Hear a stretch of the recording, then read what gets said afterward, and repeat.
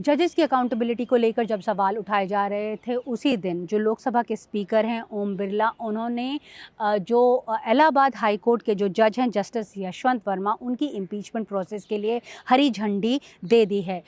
जो लोकसभा के स्पीकर हैं उन्होंने आज जो है लोकसभा को इन्फॉर्म किया कि एक 3 मेंबर की जो कमेटी है, 3 सदस्यों की जो कमेटी है वो इस मामले की जांच करेगी। इस कमेटी में जो 3 लोग हैं वो उनमें जस्टिस अरविंद कुमार जो सुप्रीम कोर्ट के जज हैं, जस्टिस MM श्रीवास्तव जो मद्रास हाई कोर्ट के जज हैं और साथ में वासुदेव आचार्य जो senior advocate Karnataka high court के हैं। ये तीनों मेंबर्स जो हैं उन सभी बातों के ऊपर जांच करेंगे जो गंभीर आरोप जो हैं वो जस्टिस वर्मा के ऊपर लगाया गया है। दरअसल जो जस्टिस वर्मा हैं, मार्च में उनके घर में आग लगी थी और काफ़ी भारी मात्रा में कैश जो है उनके गैराज में मिला था। हालांकि जस्टिस वर्मा का कहना है कि उस कैश से उनका कोई लेना देना नहीं है, लेकिन बावजूद इसके सुप्रीम कोर्ट ने इस बात की जांच की थी और जब उन्हें दोषी पाया गया तो जो सुप्रीम कोर्ट के चीफ जस्टिस हैं उन्होंने जस्टिस वर्मा को रिज़ाइन करने के लिए कहा, लेकिन जस्टिस वर्मा ने रिज़ाइन करने से मना कर दिया। इसके चलते उन्हें इलाहाबाद हाई कोर्ट शिफ्ट कर दिया गया, वहाँ पर उनसे कामकाज भी वापस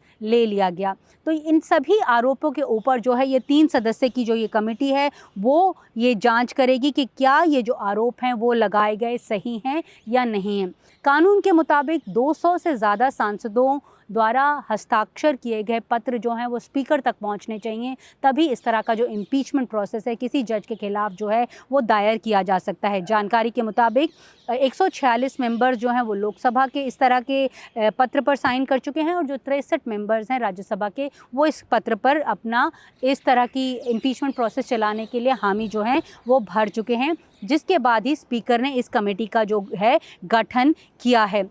दिलचस्प बात यहाँ पर यह है जो अपोजिशन पार्टीज़ के लीडर्स हैं उनका ये कहना है कि जो वाइस प्रेसिडेंट थे जगदीप धनखड़ साहब, उनका रेजिग्नेशन भी इसी इम्पीचमेंट प्रोसेस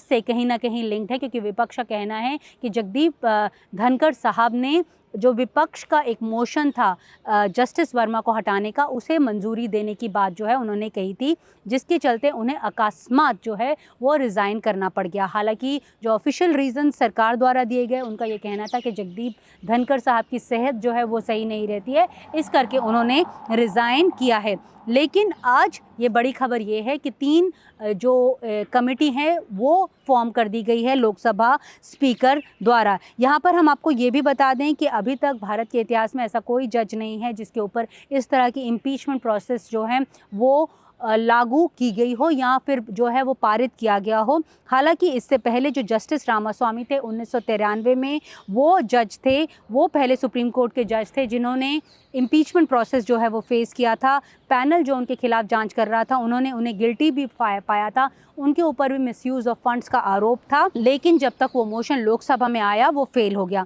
दूसरे जज थे जस्टिस सौमित्र सेन 2011 में, उनके ऊपर भी मिसअप्रोप्रिएशन ऑफ फंड्स के जो थे वो आरोप थे। मोशन जो था वो राज्यसभा में पास हो गया, लेकिन जब तक वो लोकसभा में आया उन्होंने रिज़ाइन कर दिया। तो माना जा रहा है कि जो जस्टिस वर्मा हैं वो शायद पहले ऐसे जज बनेंगे कि जिन्हें इम्पीच करने का जो प्रोसेस है वो जो है वो सक्सेसफुली लोकसभा और राज्यसभा में पास कर दिया जाएगा। बहरहाल आज की ये ताज़ा खबर है कि 3 सदस्यों की कमेटी जो है वो बना दी गई है और वो जल्द से जल्द जो ये कमेटी है वो अपनी रिपोर्ट लोकसभा में प्रस्तुत करेगी। नई दिल्ली से नीता शर्मा, जनसत्ता के लिए।